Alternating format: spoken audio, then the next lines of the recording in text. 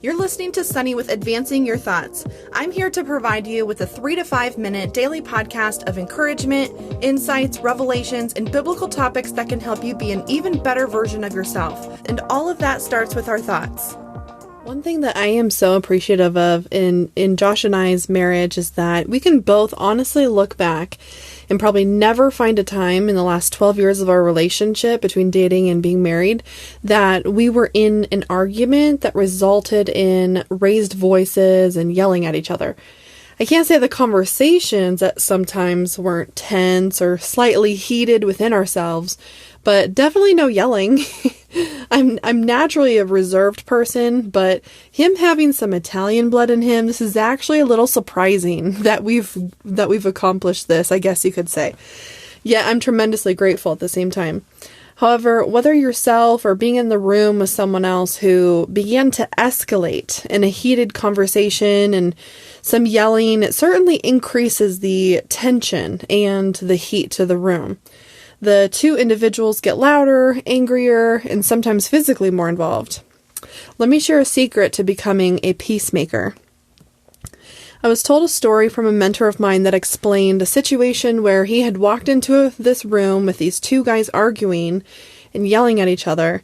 The mentor of mine telling the story said he walked into the room to discover this, and he yelled, "Stop!" And the guys quieted down and looked over at him. He then started in a whisper to them from that point, almost to where you couldn't even hear him when he was talking to these two guys. Once the two guys began then talking again amongst those two themselves to hash out what the problem was, their volume was tremendously less, and it allowed them both the opportunity to discuss their differences in a civilized manner. Proverbs 15:1 says, "A soft answer turns away wrath, but a harsh word stirs up anger." Neil Eskelin says, "Creating an atmosphere of peace and goodwill is not a complex process that requires years of study."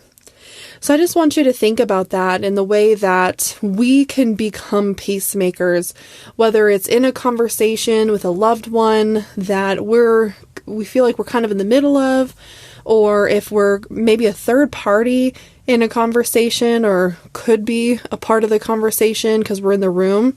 Allowing ourselves to become the peacemaker by using soft words, soft answers, and slowing down and quieting down a little bit to portray ourselves as calm and collected.